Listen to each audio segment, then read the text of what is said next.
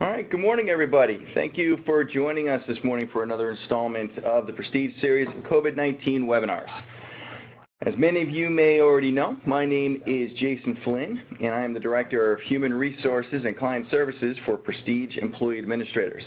It's nice to be joined again by Andrew Lubash, who is the Principal at Prestige. The insight Andrew provides is greatly valuable, as we're able to get a view from inside the lines due to his involvement with NAPIO, which, as I've mentioned, he's currently the chairperson and has been involved with for many years. On a personal note, I'd like to say happy birthday to my wonderful wife, who I am sure is not listening this morning, but rather enjoying her summer vacation. So if anyone out there could let her know that I said that, you'd be greatly helping me out. I'll call the boy.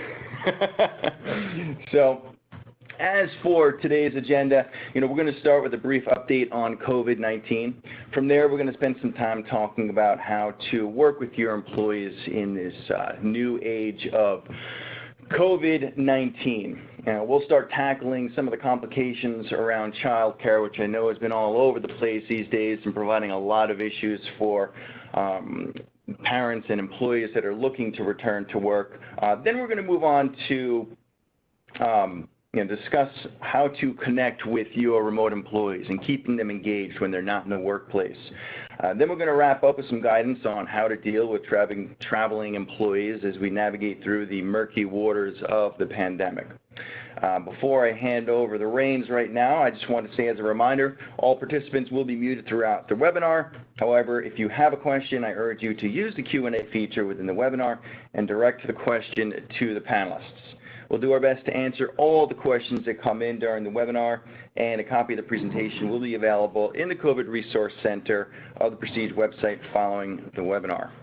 So now I'd like to hand the microphone over to Andrew Lubash, who'd like to say a few words. Thank you, everybody. Welcome. Actually, good to be back in the office, sitting 6 feet apart from Jason, wearing masks. Again, thank you for attending our series of webinars. Hopefully you're finding them very, very helpful.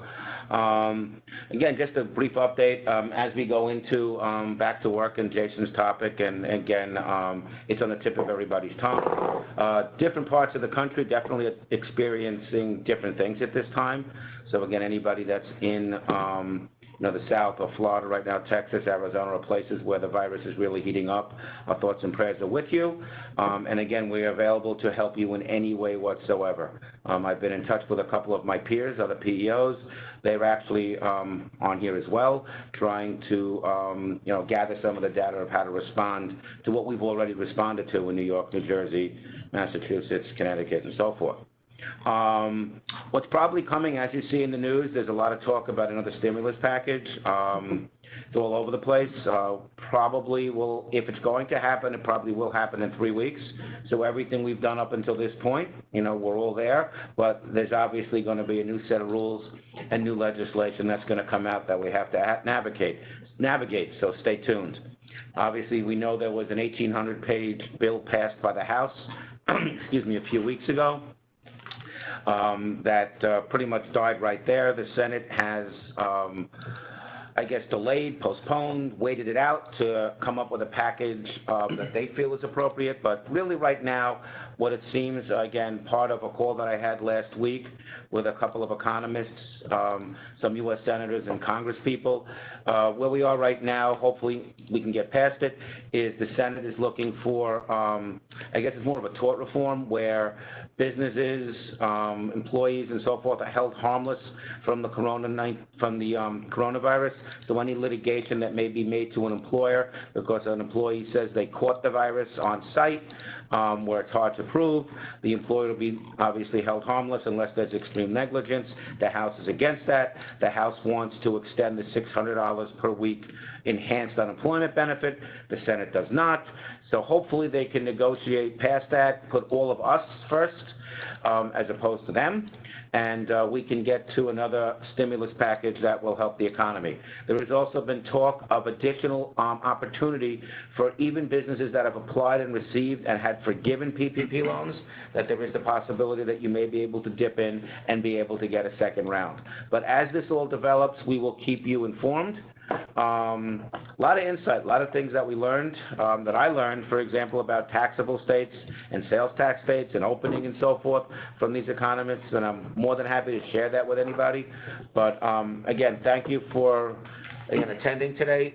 Jason, the content today is very important and very pertinent to what we all are experiencing now, to make sure that we're doing things the right way, okay? We're doing them carefully, and that, again, we can continue to move forward, and hopefully one day you don't have to say, oh, what's the Wednesday webinar's topic? Because there are no more, because life is back to normal. So, again, everybody stay well. If anyone has any questions, would like to contact me directly. My direct line to my extension is area code 917-258-0223. That will bypass the switchboard. Or my email address is alubash, A-L-U-B-A-S-H, @prestigepeo.com. Or my cell number, and I only have one cell phone, so it's not the one I don't pick up, 516-680-5021. So again, feel welcome to contact me with any questions, any insight, any thoughts. I'd really, truly welcome it. And with that, this way I don't suck all the air out of the room. All right, thank you, Andy. Andy wears many hats here, but the one thing that never wavers is the commitment to getting all of this information support out to our partners and the relationships that we've built. So we definitely value his contributions, not just to these webinars, but to what we do on a daily basis. Now, as Andy mentioned, we are going to focus on some areas with respect to employees returning to work, how to deal with certain situations, and it's valuable, it's interesting, it's important information to go by. But just before that, I do want to get into some brief COVID-19 updates, and we can begin with those. I'm sure, like everyone, I was hoping that as we went into the summer months, we'd see a dip in the coronavirus outbreak and have this pandemic slowly wither away. Unfortunately, it just doesn't seem to be the case. Some progress has been, was made, until many of the states made an attempt to reopen their businesses and their economy, which I understand. But now we're seeing that surge of new cases as a result. So as you can see in the graphic below on this slide, the number of new cases across the country is steadily on the rise. So with respect, though, to the New York phases for reopening the economy, all regions in New York, with the exception of New York City, are currently in phase 4 of the reopening process. This final phase includes facilities such as schools, low-risk indoor and outdoor entertainment centers, media production, professional sports competitions, of course, without the fans, and lastly, malls. New York is anticipated to enter phase 4 on July 20th. As we know, New York City is anticipated to enter phase 4 on July 20th, and as we know, they've always been a step behind the rest of the state when it comes to the reopening process. As for the third bullet on this page, New York has partnered with New Jersey and Connecticut to create a joint travel advisory for individuals returning or traveling from states with significant spread of COVID-19, requiring a quarantine for 14 days when visiting those states. There are currently 22 states on the travel advisory list, with 4 states being added just yesterday. But again, the situation's fluid. States can be added or removed at any time, so it is important to continue to pay special attention to the New York.gov website, these webinars, the communications that we send out to our clients. We want to get this information out to everybody as soon as possible. Understanding that there are, just a few more states than the 3 in the tri-state area, it is important to understand and know that each state operates differently, and the rules between the states do vary. For additional information or updates on these other states, please refer to the COVID-19 Resource Center on the Prestige website, where we keep updated on a daily basis, or even better yet, contact your dedicated support specialist at Prestige for further details. We can certainly help guide you through that process. So what I'd like to do now is to start getting into some of these areas around your employees and the returning to work and some of the things that employers and employees and parents of the like are facing. Now, everything that we've been talking about over the past 14 previous webinars have all been extremely important, right?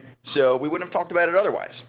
Things like, federal regulations, getting loans in order for your business to operate, the reporting that goes along with it, loan forgiveness now, these are all extremely important facets to the progress of your organization, right? That doesn't get lost. And we're going to continue to talk about these things as time goes on. But again, so are your employees, and we can't forget that. Your employees have also been through the worst of times, and things continue to be a challenge for them. So giving back a little bit and keeping them engaged will pay dividends not just now, but of course down the line. So right now, again, we want to spend some time talking today about these challenges and what we can do from an employee perspective. So as we know, while there are many challenges around COVID-19, the lack of child care truly has been, one of the elephants in the room. Child care shortages and concerns are making the return to work very complicated as the coronavirus continues to spread and options remain unclear when it pertains to schools, camps, daycares, after-school cares. So the reality is that there's no easy solution on the horizon for parents and their employers, right? Both employees and employers are going to be forced to make some hard decisions in the very near future. And the unfortunate reality is that there really isn't a consensus on the best way to move forward. So with that being said, the ability to accommodate working from home isn't always there for employees and employers, right? So it's going to force a lot of difficult decisions and unfortunately hardships upon families. This is something that we've already seen and expect that to continue.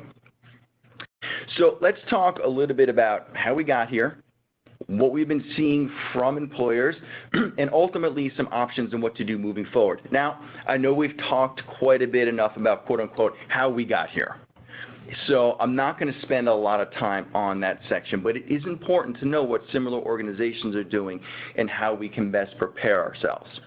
So I'm going to oversimplify this, because, again, it's nothing we haven't already reviewed over and over again. But pre-COVID, many parents and families already had their schedules figured out. I'm not going to say you had life figured out, but schedules, for the most part, we had figured out. Kids went to school, they went to daycare and camps and after school. However, as we see in this first bullet point here on your slide, COVID-19 arrived in the world and in this country. Schools closed, and then daycares closed. Now parents are scrambling to find the appropriate coverage for their children while they work. This caused many employees and parents to begin working from home while having the added benefit of homeschooling your children. This all resulted in mom ripping her hair out as well as dad ripping out what's left of our hair. Now, I'm not going to say that this is from personal experience, but this is definitely from personal experience. So since April 1st, working parents have been helped by the Families First Coronavirus Response Act, the FFCRA, which, as we know now, is a federal program that pays for 10 weeks of family leave when child care is not available due to COVID-19 related reasons. More recently, and this is something that I'm not sure everybody knows, but on June 26th, the Department of Labor's Wage and Hour Division did issue a field bulletin explaining how the program works in relation to canceled summer programs, and more specifically what documentation parents would need to provide so that employers would qualify for a tax credit. So that's something we'll talk a little bit more down the line in a couple slides. So moving on to the next slide here, what I'd like to do is take a look at some numbers on what employers are actually doing and the organizational impact that it's created. A recent study completed by the Society of Human Resources Management goes into detail about how different industries and organizations have planned around the child care crisis. So to be honest, employers really have responded in a pretty big way by offering flexibility to their employers, especially when it comes down to child care concerns. As we look at the numbers here on the slide, especially with the second and third bullets, it's interesting to note the difference between white-collar and blue-collar organizations, right? But it makes sense considering that it's much more difficult to give flexibility to work from home in a blue-collar environment. You work in manufacturing, you work in retail, you work in restaurants, things of this nature. You don't have the opportunity to work from home with these types of occupations. Rather, if you work in an office job, something more administrative, you do have that flexibility available to you. So, furthermore, organizations are more and more committed to keeping enhanced child care policies in place indefinitely as we go down the line in the future. Of course, some are going to revert back to the policies that they had, before the pandemic really hit. But what we are seeing is that employers are much more open to providing flexible schedules, at least much more than they were in a pre-pandemic scenario. Now, moving to the next slide, here's the part where I usually like to give concrete answers on what to do moving forward. But the reality is that there is just so much right now that we don't know. Some camps and child care facilities have opened, but at reduced capacities. So this is still going to present some challenges. Schools across the nation are still going through the planning process, so it's hard to be proactive and make plans for the upcoming school year. We keep tabs on all the states and what they're going through, and it's usually followed by, here are your three options. It's comprised of all remote working, all back at school, or some type of hybrid, and now we need to go to the governor and present it and give parents the advice with probably the least amount of time to prepare as possible, right? And listen, I don't kill them. There's a lot to think about with this, but it's just the tip of the iceberg, right? We don't know what's going to happen when schools open, but then what happens with sports? What happens with clubs? What happens with before care and after care? There are so many fringes on this rug that it makes it really difficult to make decisions and be proactive about things. So, and then, pardon me, and then when things are finalized, it's anyone's guess on what things are going to look like. So here's what we do know. As mentioned a couple slides ago, the FFCRA Emergency Family Medical Leave Act is still available for anyone that has not exhausted their time. And the Department of Labor, as mentioned, has detailed how the program works with canceled summer programs and how parents can possibly get that tax credit.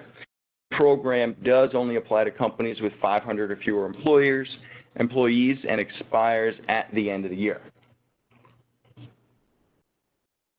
In addition to that, employers have been offering flexibility more and more to their employees.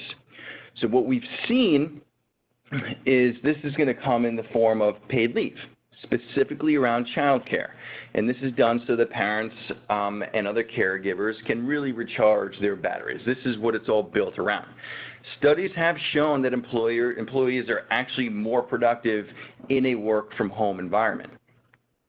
Not in all cases, but in a lot of cases. So while employers may not have had the choice in allowing employees to work from home in the past, or specifically in the past 3 months, I do believe this is why so many employers are open to adopting a more permanent work-from-home option and flexibility in the future. And in addition to flexibility with work hours, there are a lot of options that employers can use to help ease the burden of employees with child care and issues. So there's been a lot of talk around the flexibility, alternating schedules, reduced work hours. You can get creative. Obviously, we want the work to get done. We want employees to be engaged, and we want to maintain that culture that we've spent so long to build. And as we go along with each week, with each webinar, we're going to have this information, and we're going to continue to present it to you with what works and how you can best use these practices moving forward. Moving on to the next topic that we wanted to discuss today, really revolves around connecting with remote employees. And this is really important, right? We spent so much time talking about employees working remotely over the past so many weeks, right? Now it's imperative, it's important that we keep our employees engaged. Again, it's proven that employees working from home can be effective. possibly even more effective than working in the office. But it doesn't come without its challenges.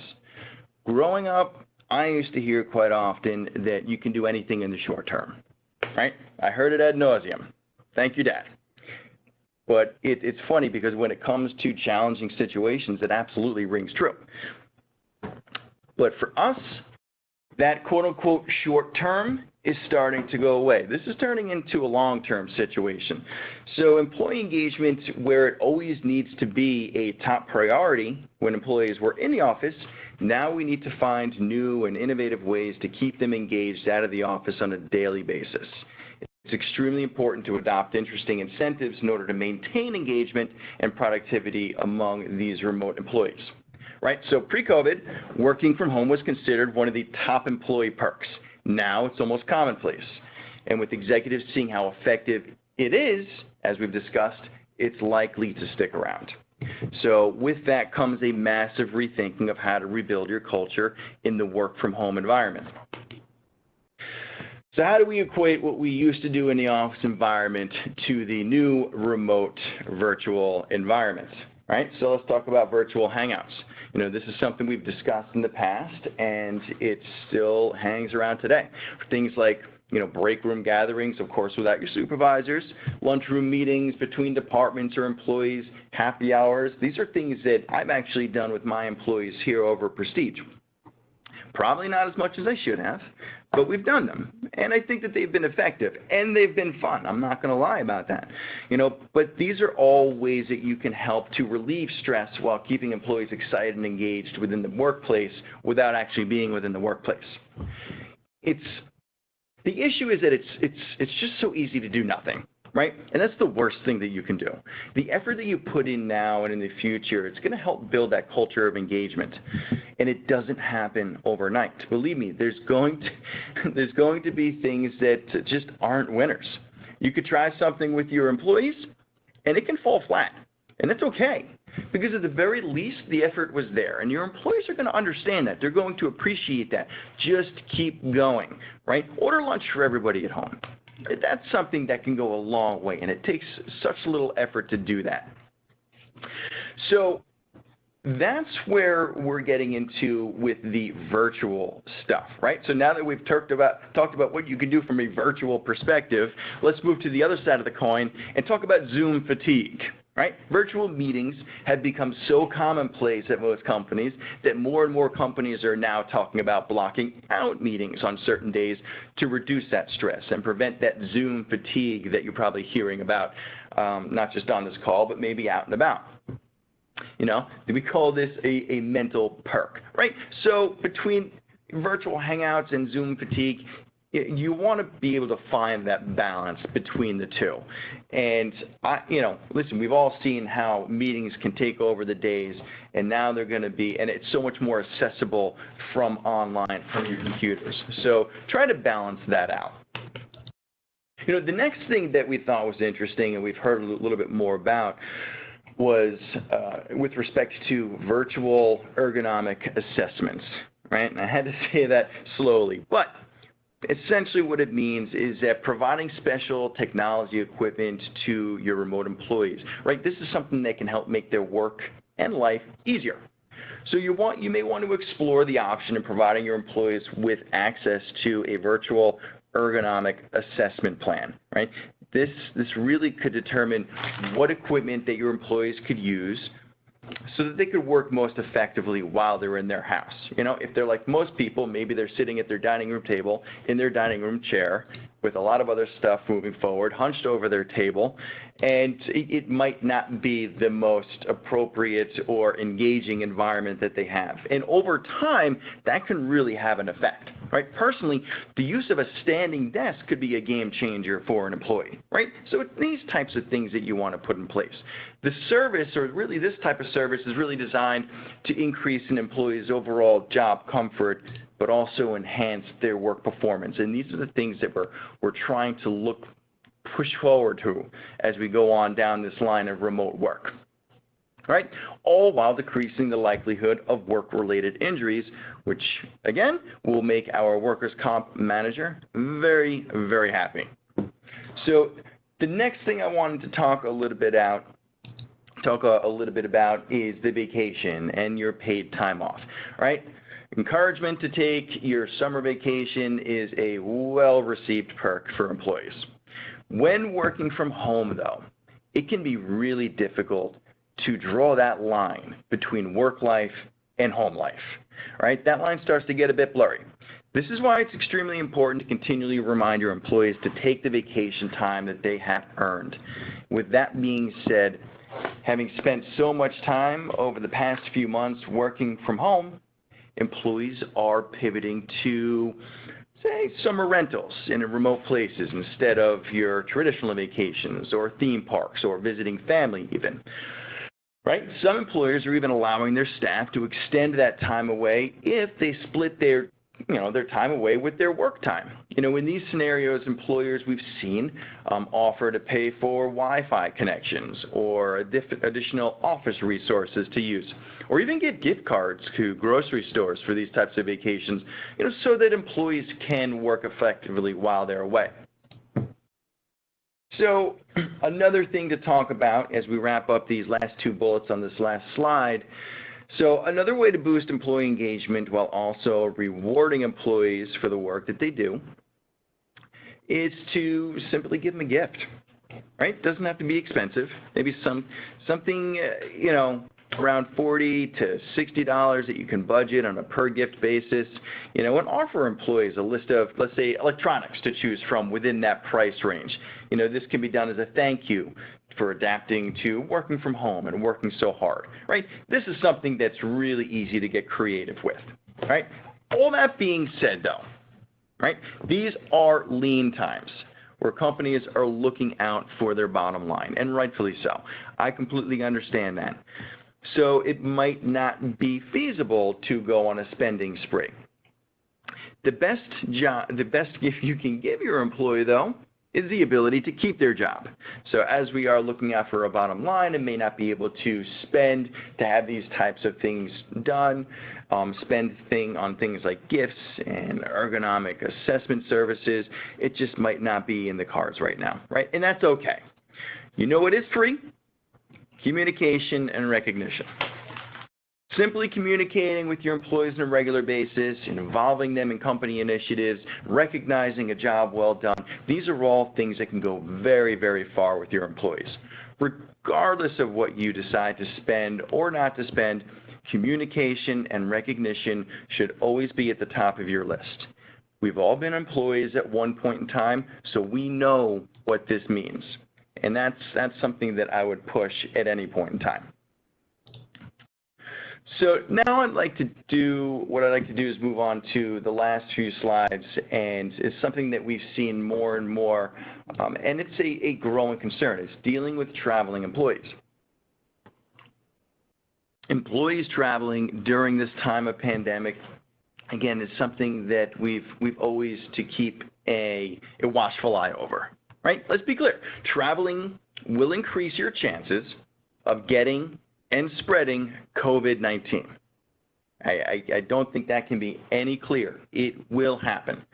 But with that being said, it's extremely hard to police where your employees go, where they vacation, who they visit. You can put policies in place regarding travel, possibly create restrictions where necessary, eliminate any non-essential travel, even impose work from home guidelines for returning employees if necessary, right? However, now that we are seeing such a spike in cases across the country, employers are looking to tighten the belt with respect to traveling. Now, we've already dealt with so much. We've prepared for everything that we could possibly think of. We've even helped create this monster by encouraging our employees to take their vacation. I've told you that this is something that you should do, and I still believe that's the right decision. Employers are going to need a break, and encouraging your employees to take a vacation isn't the same as saying, hey, you should go to Florida right now, or you should go to California or to Ireland or really anywhere. You're not encouraging them to travel. You're encouraging them to take a break, and it's still the right decision, and it's still something that they should do. But let's get into this a little bit, right? So first, it's important to understand the different levels of the travel advisory that have been put in place for international travel. There are 4 travel advisory levels that provide travelers with guidance, and you'll see this in the bottom right corner of this slide right now. So level 1, which is listed as exercise normal precautions, is the lowest advisory level for safety and security risk. And this is where it's all going to revolve around your safety and your security and the risk that's associated with it. Level 2, otherwise known as exercise increased caution, simply asks that travelers be aware of heightened risks to safety and security. Now, the next 2 levels are no-goes, right? So we have level 3 that's listed as reconsider travel. And this states to avoid travel to the country due to serious risks to safety and security. Then we have level 4. And that simply just says do not travel. I think that's pretty clear. These countries you should not go. These countries have the highest advisory level due to the greater likelihood of life-threatening risks. Pretty scary. You probably don't want to go there right now. This information can all be found in the U.S. Department of State website. They've made it extremely clear, very easy to get reliable safety information about every country in the world. So I do urge you to take a look at this information if you are thinking about traveling or know of employees that are looking to travel down the line.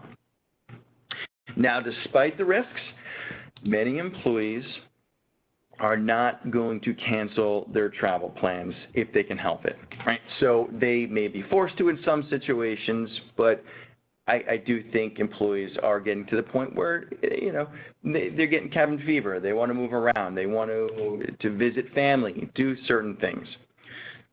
Notably, the situation is and will remain fluid. We talked about this earlier. Things are constantly changing. So now, yet again, we need to prepare for another new normal. First and foremost, information is our friend. Ask your employees about their personal travel history and plans for travel in the future. It's okay to ask these questions, but we do need to make sure that all employees are being asked to disclose this information. We're being consistent across all lines within the organization, but also that the information that's requested is in a consistent manner and in line with the business necessity, right? So as we always say, be consistent. Don't discriminate or treat anybody differently. Do it across the line. Now, restricting employees from traveling is always a tricky situation. You know, and when it comes to non-restricted areas, employers really don't have the ability to restrict your employees' travel plans. However, we should always be urging employees to use common sense when it comes to traveling. So what should employers do? You know, first, educate your employees on the current risks of travel. This includes being potentially stranded due to government travel restrictions or subject to federally mandated quarantine when the employee returns from travel. It's important that they understand what they're getting into and possibly what they would need to do when they return. Next, to the extent that the employee has the ability to work remotely, require the employee to travel with equipment. This could be a laptop, a portable internet connection, things of that nature. These are things that would allow the employee to work if they were stranded due to travel bans being imposed, right? So this is things that we are working towards, we're preparing for. Next, you'll want to inform the employee of changes to company policies or practices that may impact their ability to return to work and how those policies might apply in the event that an employee is stranded or quarantined. And lastly, in this section, you want to monitor those employees returning for travel signs, for, illness and things of that nature. You always want to keep a watchful eye. Lastly, on this slide, while employers cannot restrict personal travel to a state or an area within a state that's been designated as a quote-unquote hotspot, an employer does have the ability to require an employee in that situation to self-quarantine for a period of time. This is something that I've seen many, many organizations do, and I urge everybody to follow these same practices.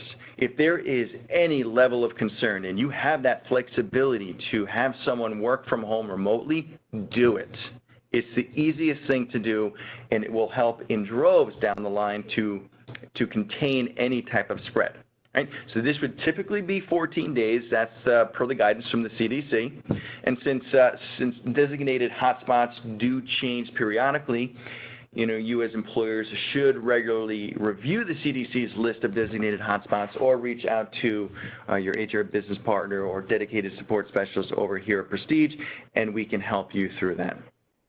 But if there is one takeaway that you do get from this webinar, I urge everybody to be accommodating and flexible when it does come to self-quarantining, and allow employees to work from home for that period of 14 days as you are able to. So moving on to the last slide, now that we're under current pandemic circumstances, employers are allowed to require employees who travel to high-risk areas to undergo a temperature check or get checked by a doctor prior to returning to the office. It's always important to abide by ADA guidelines. In this situation, the employer should show that the medical exam is related to the job, and that the employer also needs to have a reasonable belief that the employee poses a direct threat to either their own health or safety or the health and safety of others within the office. That should be pretty easy to talk through, considering the current situation that we're in. Employers can also request that employees report if they've had any contact with family members that have traveled to high-risk areas, in an effort to determine if the exposure has resulted in the employee posing a direct threat to the health and safety within the workplace. Again, what I've seen, not just internally here at Prestige, but with clients, is that our employees are pretty cognizant and open about the fact that they don't want to infect others. I mean, maybe they just want to work from home too. That could be a possibility, but I think that everyone has a heightened enough awareness of what's going on to not want to put anybody in a harmful situation. And that's a good part too. I think that our education and everything that we've done to this point is definitely helping us out. So the CDC advises that employees who are well but do have family members that develop the illness should notify human resources or their supervisor and refer to CDC guidance on how to conduct a risk assessment for possible exposure. This starts with us as employers. We need to educate our employees on what to do in these scenarios. And I've seen enough across our client base and the partners that we do have that we are making those rules readily available and notable to our employees. I'm always going to go back to communication. We need to communicate. We need to over-communicate, because that's how we contain things and ultimately inch towards getting back to normal. So I know that you've missed our FAQs for the past couple weeks, so I figured I would end on these last two bullet points of questions, right? So first question states, if an employee is required to self-quarantine following personal travel, must the employee be paid during this time? So the answer to this really is, if the employee is able to telework, and what that means is that if they're able to work remotely from home while they're in self-quarantine, then yes, they must be paid. They must work and they must be paid for their time. Now, if the employee is not able to telework while they're in a self-quarantine, two issues really should be considered in determining whether the period of self-quarantine is classified as paid time off. First, the employer must determine if the employee is eligible for emergency paid sick leave under the FFCRA. If the employee qualifies for emergency paid sick leave for the period of self-quarantine, the employee is entitled to the 80 hours of leave. Now, if the employee is not entitled to emergency paid sick leave, the employee would be entitled to use paid vacation or other PTO time to cover the period of the self-quarantine. The next and final question within this webinar this morning, is COVID-19 an FMLA covered serious health condition? The answer is not necessarily. If COVID-19 doesn't satisfy the definition of a serious health condition, employers should not count the absence against the employee's 12 weeks of their traditional FMLA leave. As an example of this, an employee who is required to self-quarantine but is asymptomatic may not be and FMLA qualifying leave. So that wraps up my questions and really, wraps up the webinar where we're focusing on employees and their returning to work, but more than that, how us as employers can help navigate these waters and get the most out of our organization and our employees.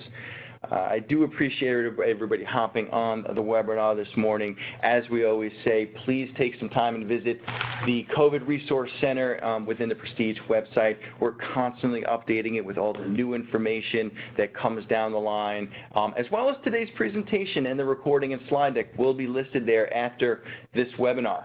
We will continue to send out our client communications with everybody. We're constantly, again, looking for new ideas, incorporating more and more states as alerts come through.